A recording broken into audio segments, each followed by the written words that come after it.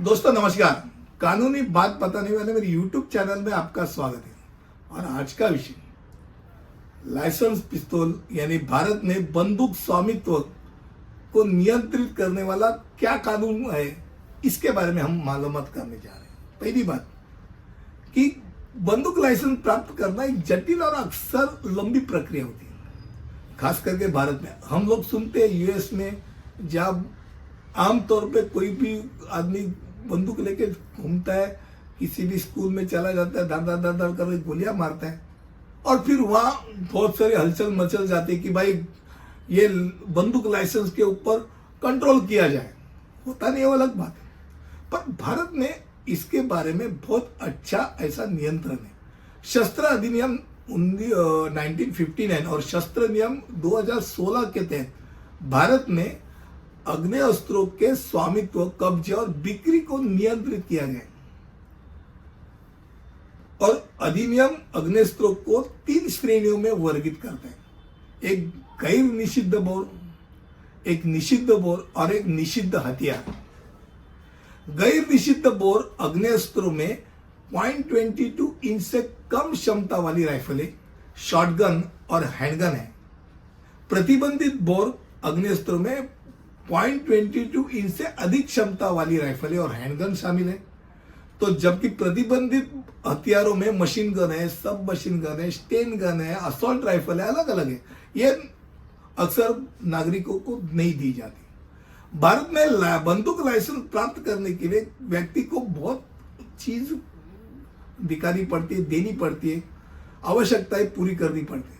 सबसे पहले आवेदक तो भारतीय होना चाहिए, 21 साल से बड़ा होना चाहिए, फिर उसको कोई आपराधिक रिकॉर्ड उसका नहीं होना चाहिए, उसका मानसिक और शारीरिक स्वास्थ्य ठीक होना चाहिए, फिर आवेदक के पास अग्नेस्त्र रखने का वास्तविक कारण होना चाहिए। भाई क्यों पिस्तौल रखना चाहते हो, बताओ, बंदूक क्यों रखना चाहते हैं? तो आत्मरक्षा के लिए करना चाहता है क्या? शूटिंग का मैं एक स्पोर्ट्समैन हूं तो शूटिंग के लिए, ये खेल के लिए मुझे चाहिए या शिकार के लिए चाहिए, भाई किसके लिए चाहिए?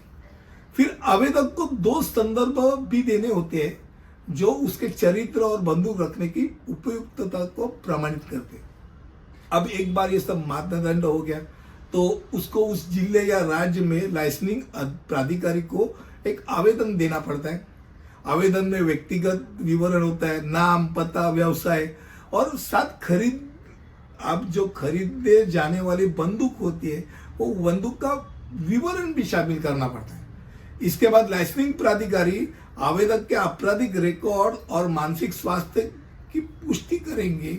इतना ही नहीं है, इतना ही जांच नहीं, बल्कि कभी कभी वो आपके घर भी आके चेकिंग करेंगे कि भाई भौतिक निरीक्षण से ये जो बता रहा है वो वैसी चीज है या नहीं। अब एक बार ये तय हो गया कि भाई ये तो ठीक है, ठीक ठाक लगता है, उसको लाइसेंस दे दिया। तो लाइसेंस देने के बाद वो 3 साल के लाइसेंस होता है, 3 साल के बाद उसको रिन्यू करना पड़ता है। और एक बात ऐसा नहीं कि भारत में ये एक स्वामित्व रहना वो उसका कॉन्स्टिट्यूशनल अधिकार नहीं है, ये विशेष अधिकार है। यानी आप ये नहीं बोल सकते मेरे को चाहिए, क्यों भाई चाहिए, ये आपका अधिकार नहीं है। इतना याद रखो, हमारे यहाँ ये कंट्रोल, जितना कंट्रोल अच्छा है उसी के कारण हमारे इधर कानून की व्यवस्था बहुत अच्छी है। बहुत बार यहाँ जो कोई गुनहगारी व्यवस्था में जो बंदूकें प्राप्त दिखाई देती है वो महाराष्ट्र में बहुत कम यहाँ के लाइसेंसदारी रहते हैं और सब या तो बिहार, यूपी के रहते। सबसे ज्यादा लाइसेंस धारक राज्य कौन सा है तो उत्तर प्रदेश है। वहां से लाइसेंस का वो गन लेके इधर आ जाते, इधर तो तमाशा करके वापिस चले जाते। तो पकड़े गए तो बंदूक कहाँ से है तो उत्तर प्रदेश का है या तो बिहार का है। तो वहाँ उतना सख्ती नहीं, पर यहाँ सख्ती है। यहाँ महाराष्ट्र के पुलिस बहुत अच्छी तरह उसका व्यवहार देखते, ये बात है। ये इतना भी होने के बावजूद मैं बताता हूँ कि हमारा देश यूएस, कनाडा से बहुत बेहतर है। वहाँ जो हथियार दिए जाते हैं उसका इस्तेमाल जिस तरीके से किया जाता है उसके कंपैरिजन में भारत में बहुत कंट्रोल स्थिति में है, इतना हम जरूर बता सकते हैं। भारत में बंदूक स्वामित्व और उसके बारे में उसका नियंत्रण कैसा किया जाता है उसमें कौन से प्रकार होते हैं, इसके बारे में आज का वीडियो था। मुझे लगता है आपको अच्छा लगे। ये विषय लंबा है, कोई और भी वीडियो इसके ऊपर लेके आऊंगा।